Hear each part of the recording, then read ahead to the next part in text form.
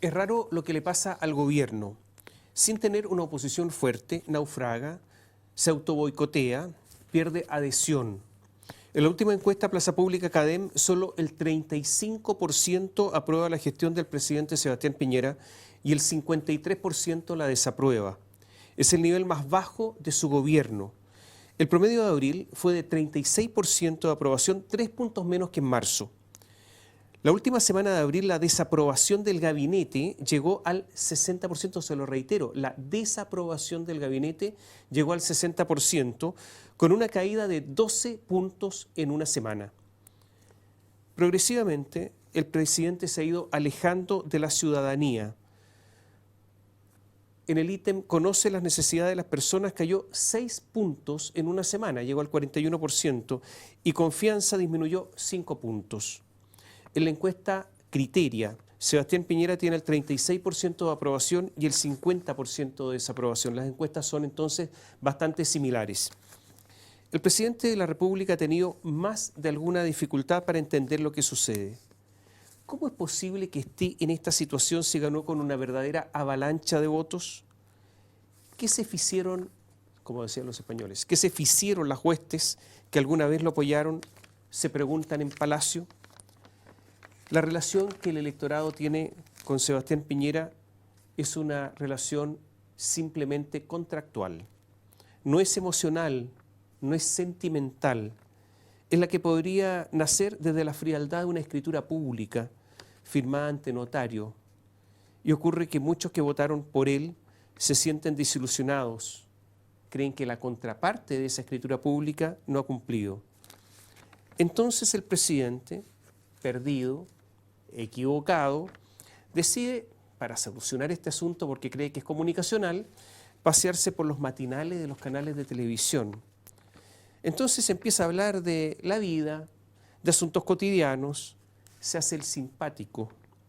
Error. El presidente no ganó por simpático, sino por lo que prometió en esa especie de contrato del que hablábamos recién. Lo suyo no son estos asuntos emocionales, inmateriales. Fracasa entonces en su estrategia. El país crece menos que lo esperado, la cesantía se mantiene alta y el ministro de Hacienda informa que el déficit público no disminuirá y será mayor del que él había presupuestado, o sea que lo calculó mal. Todo esto es malo, porque teóricamente la derecha es experta en estos temas y en estas cosas lo que promete debiera cumplirse. Y después, heredado del gobierno anterior, de Michelle Bachelet, enfrentan mal la polémica de los medidores de energía eléctrica. No entienden que las personas ya no quieren escuchar razones porque están cansados con empresas que se hacen ricas con tarifas reguladas por el Estado. Posiblemente haya buenas razones para los medidores llamados inteligentes. La gente ya no quiere escuchar esas buenas razones. Están cansados. Y quieren entonces ser dueñas del aparato que está en sus casas.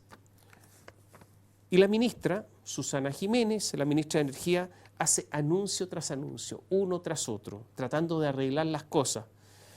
El último es que la aceptación de los medidores será voluntaria, pero ocurre que la gente ya está pagando por ellos. El gobierno entonces hace un buen anuncio, dice que va a disminuir la rentabilidad de las empresas un 6% y que por lo tanto van a ganar menos plata. Pero ya es tarde.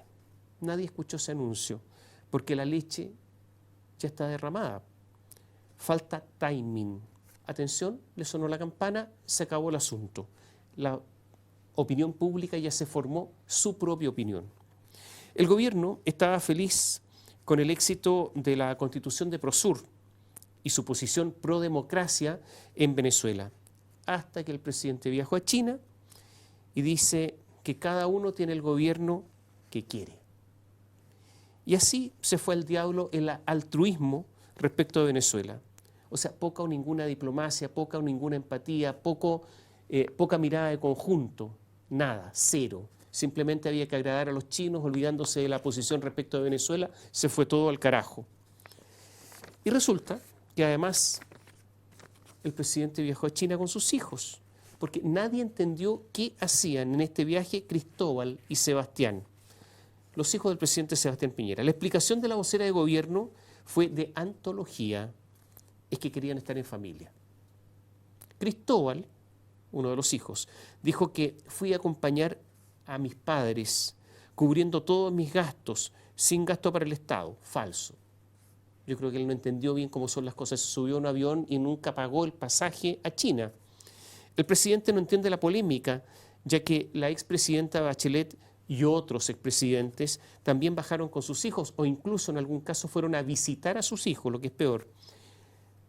Es que el presidente tiene que entender que por algo lo eligieron, porque los tiempos mejores significa no hacer justamente lo que se hacía antes, sino que tener otras conductas. Y porque los hijos de Sebastián Piñera son empresarios y por lo tanto van a China y van a establecer, de todas maneras van a hacer contactos que después le pueden servir en sus actividades empresariales.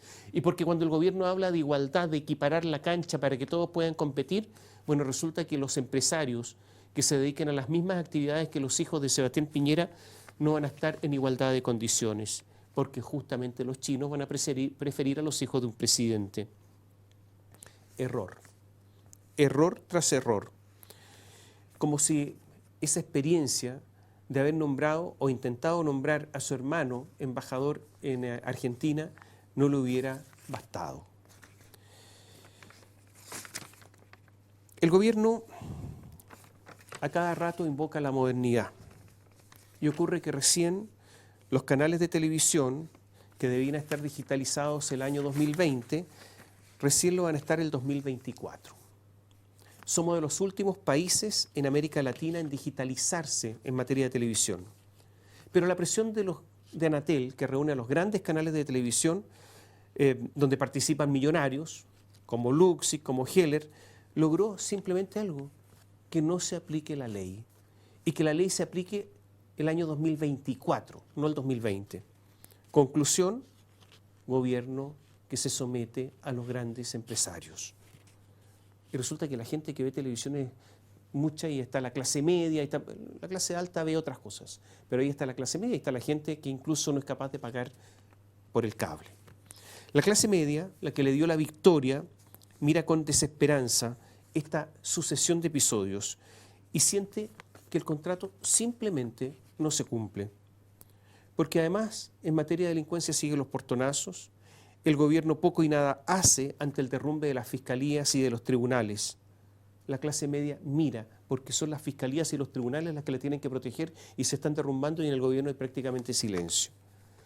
Es verdad que en forma inédita, desde el retorno a la democracia, la oposición nada obtiene, no capitaliza esta caída del gobierno. Una oposición torpe que solo lo que hace es oponerse, no propone absolutamente nada y por lo tanto no recibe apoyo ciudadano. Es verdad que el mejor posicionado hoy para las próximas elecciones presidenciales es Joaquín Lavín y que la oposición no tiene liderazgos claros. Todo eso es verdad.